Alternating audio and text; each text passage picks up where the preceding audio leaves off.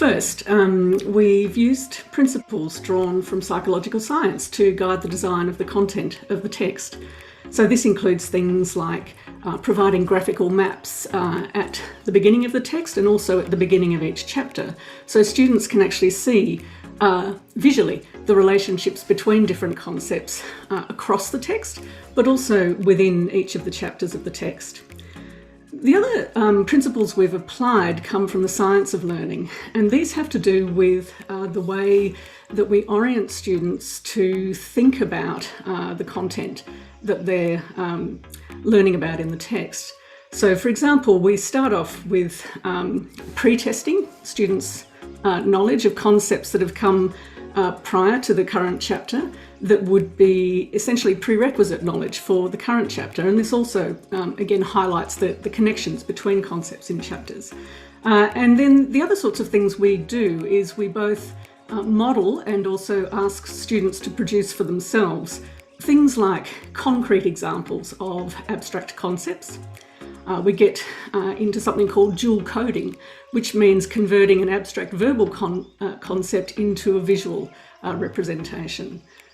We've also got lots of examples where students are asked to elaborate on their knowledge. So this is, again, something teachers will be familiar with in psychology, that elaborative encoding of information makes that information much deeper in terms of the way people understand it.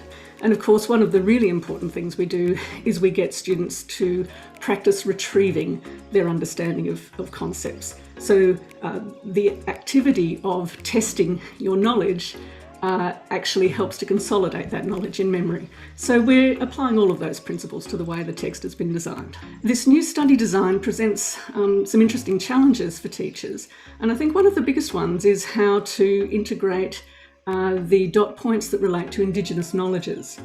So we've taken a really, I think, considered approach to this in the text by making sure that we've consulted with Indigenous knowledge holders about these dot points and how to approach them.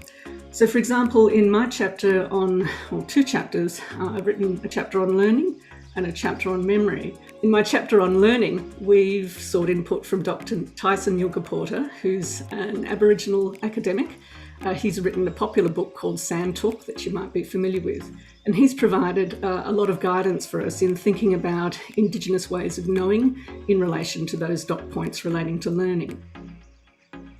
I think one of the really great things about the Nelson Psychology books is that the questions put in place for each chapter and each topic are designed to really sort of foster thinking from that lower order thinking of remembering, understanding through to application and evaluation and even at times creation as well, which is great to see. It really helps students develop their own learning and also take responsibility for their learning as well. The glossary is one of the most extensive glossaries I've ever seen in a psychology textbook. It's really professional, it's really precise and really, really, really well researched.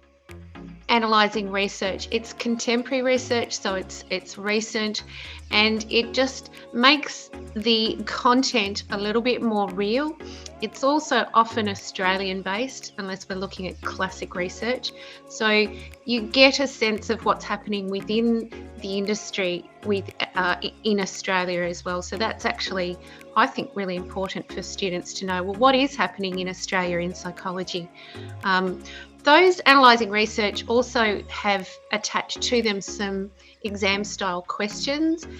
They are getting to look at the research, but think about what are the hypotheses, what are the variables, how do we actually analyse this research, is it good research, is it ethical research, things like that.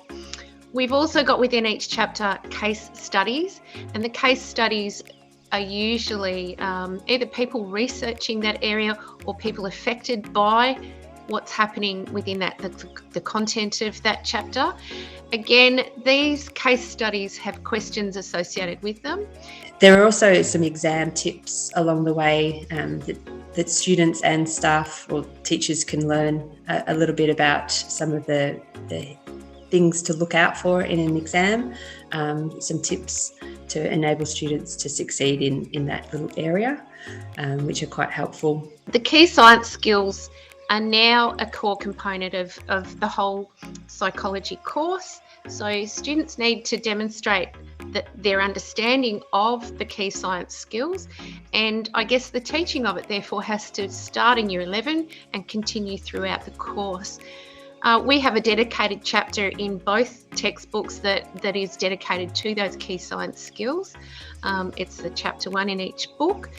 The skills are introduced in the Year 11 textbook. In both the Year 11 and the Year 12 courses, the students do have to do their own conducting of research. There's a dedicated chapter in both textbooks to help them and assist them to do that work, and it's linked into the theory of the key science skills, which is in chapter 1. Within each textbook, there are going to be investigations. So the students will be given tasks, activities, where they can go and complete a particular activity. And again, this is practicing their key science skills and getting them to apply them and get an understanding by doing of what those key science skills, for example, ethics, methodologies, look like and feel like.